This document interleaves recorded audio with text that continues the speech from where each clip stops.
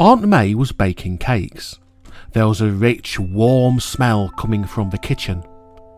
Tim looked in just as Aunt May was taking the cakes out of the oven. She picked up a wire tray and piled the cakes on it. She saw Tim looking around the door. "Miss Smith is coming to tea, Tim," she said. "I'll take your tea upstairs. You remember what happened last time?" Tim did remember. He had bumped into Miss Smith's teacup and spilt tea all over her. She'd been very cross. "All right," he said. "Can I have some cakes?" "You can have some later," said Aunt May. "These are for Miss Smith." "But she'll eat them all," said Tim. "She always does. Oh, it's not fair." Miss Smith was very small and thin, but both Tim and Aunt May knew how much she ate. "You won't have any at all if you talk like that," said Aunt May. She was hot and bothered with the baking and the fact she was a bit late. "You'd better go out and play and get out of my way," she said. Tim took his ball and went out into the yard. Old Mr. Berryman was standing under the tree. "Oh, hello, Tim," he called as Tim came out. "Hello, Mr. Berryman," said Tim. "How's Sebastian?" "Oh, the cat is just fine," said Mr. Berryman. "He grows a bit every day." Mr. Berryman looked down at Tim over the top of his glasses. "How are you, Tim?" he asked. "All right," said Tim. He liked Mr. Berryman. "Oh, you don't look it," said Mr. Berryman. "You look as if you haven't slept for a week." Tim looked up at him quickly. Mr. Berryman's eyes were very blue and very bright. "You remind me of my brother when he was just about your age," Mr. Berryman said. "He had just that strange, far-away look you've got after he found the key." "The key?" asked Tim quickly. His hands were in his pockets and his fingers were on the old key he'd found in the attic. "Oh yes," said Mr. Berryman. "Didn't I tell you the story?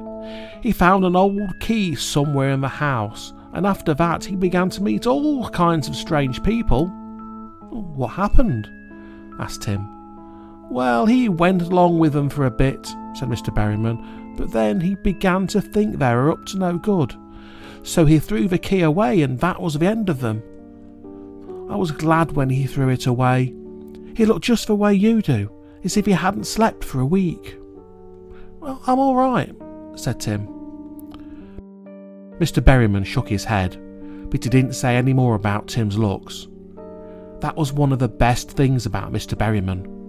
He always knew when you didn't want him to ask questions. Mr. Berryman looked across at the empty house in the corner of the square. "It's a pity to see that house standing empty," he said. "I'd like to see a family move in." Tim nodded, but he said nothing. He was thinking about Sebastian, and that made him think about Tobias too. Mr. Berryman looked up at the old tree in the middle of the yard. "That's a fine old tree," he said, "but it won't last much longer." There was a long, low whistle from the garden of the empty house. Tim looked towards it quickly. "Did you hear anything?" he asked Mr. Berryman. Mr. Berryman shook his head. "I can hear the wind," he said slowly. "You'd better go in soon, Tim, and get to bed. You don't look well to me." He nodded to Tim and went off towards his own gate. Tim kicked his ball slowly round the yard. The sun was beginning to set, and the empty house in the corner was in shadow. Tim kicked the ball past the gate. He stopped. He had a strange feeling that somebody was watching him. Tim turned quickly towards the house. A light shone for a second in an upstairs window, and went out. A cold wind blew across the yard. Tim shivered. He gave the ball a hard kick and ran after it towards his own gate. Tim knew that Miss Smith must be in the kitchen by this time, so he went upstairs to his attic. He opened the door and saw Tobias sitting in the middle of the room. Some bread and butter and jam were on a tray on the table with a glass of milk. There was a plate with 2 cakes on it. "Hello, Tim," said Tobias. "Have a cake." He jumped up onto the table and began to eat one. Tim took the other. "Aunt May makes good cakes," he said as he bit it, "but I didn't think she'd bring up any with my tea." "She didn't," said Tobias. He grinned. Tim stopped eating. "You didn't steal them," he said. "No, I didn't steal them," said Tobias. "I took them from the kitchen, but I left 2 other cakes on the dish. Cakes I made myself. Magic cakes. You didn't know I could make cakes, Tim, did you?" Tobias was shaking with laughter. "You should have looked in the kitchen, Tim, as you came by." You didn't poison them, did you?" cried Tim. He dropped the cake and ran to the door. He half fell, half jumped down the stairs, 2 steps at a time. He could hear cries for help coming from the kitchen. He got to the kitchen door and tore it open.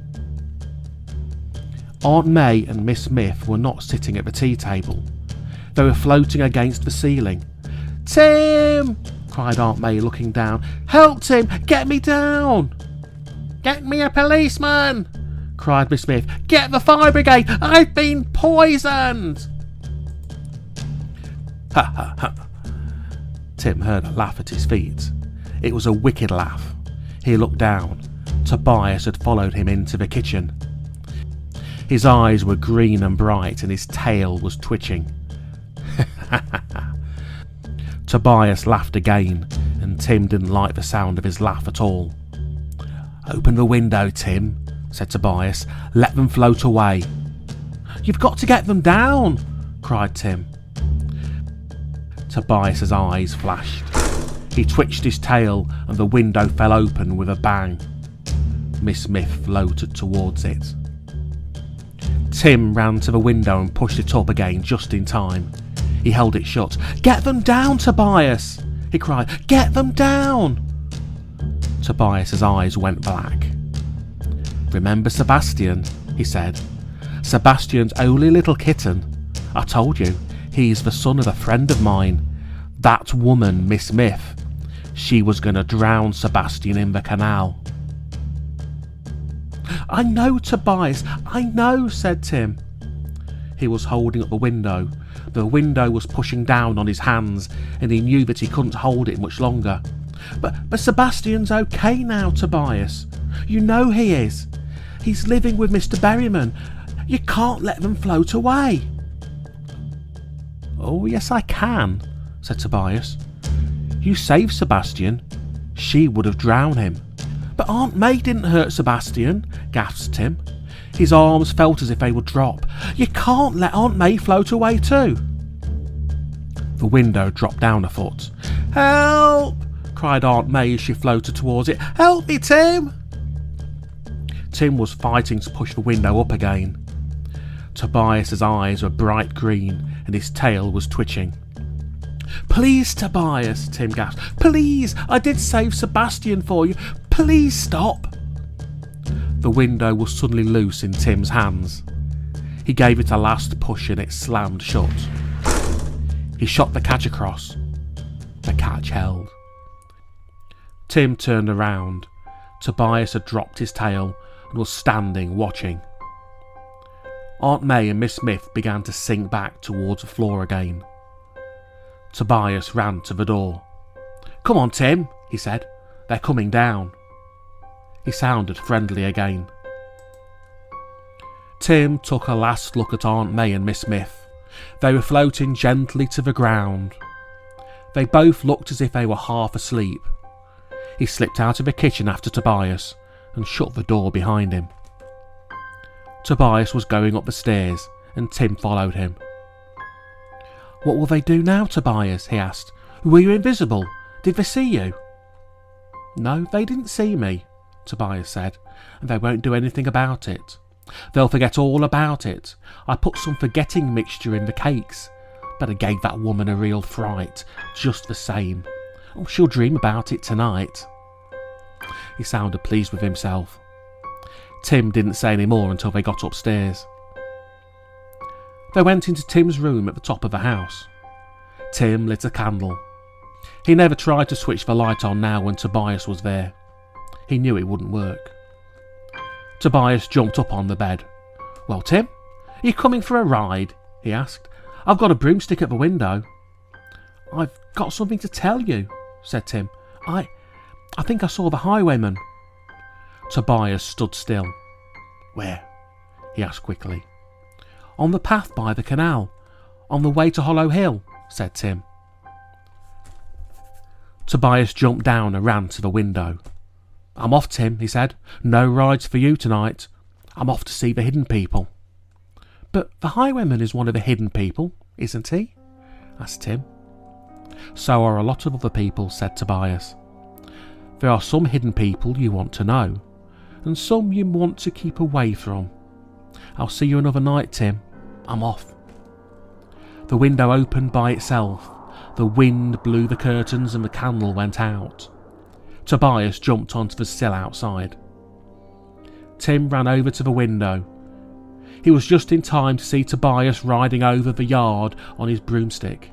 The broomstick lifted up over the roofs. Tobias was gone. Tim looked down into the yard. It was dark now. The street light was on, and the shadow of the old tree danced in the wind. A man came into the yard. Tim had just time to see he was wearing a three-cornered hat when the street lamp went out. Is it Captain Jory?" Tim said to himself. He couldn't be sure. The wind blew the clouds away from the moon, and for a moment the yard below was bright in the moonlight. There were lights in the windows of the empty house. The shadow of the tree fell across the gate. The man crossed the yard below. The door in the empty house opened, and the man went inside. Then the door shut again. A cloud blew across the moon. The lights in the house went out. The yard below was dark and empty. Tim shivered. It was cold. He went over to the door and tried the switch. The light came on. Tim looked across at the window. There was a gap in the curtains, and the night outside seemed blacker than before. He pulled the curtains to. Suddenly he remembered Aunt May. He opened the door of his room and listened. He could hear Miss Smith and Aunt May talking below. Miss Smith was saying goodbye. He heard her go into her room and shut the door. Tim ran downstairs. "Hello, Tim," said Aunt May as he went into the kitchen. "She's gone." Aunt May was clearing away the tea things. "Yeah, I know," said Tim. "I heard her go." "She's a funny woman," said Aunt May. "She went to sleep by the fire. Good thing too, she talks too much." "Did she eat a tea?" asked Tim. "Yes, she did," said Aunt May. "She ate everything in sight. She always does. But I put a cake or two away for you before she came." Aunt May went over to a cupboard and took out a plate with 2 cakes on it. "Here you are, Tim," she said. Tim took the cakes and sat down by the stove. The kitchen seemed warm and friendly. He ate the cakes slowly. Aunt May moved about, talking cheerfully as she washed up the tea things. "I think I must have dropped off myself," said Aunt May. "It's been a funny day. I had a dream, but I can't remember it." She laughed. "Miss Smith and we must have looked silly sitting in here fast asleep."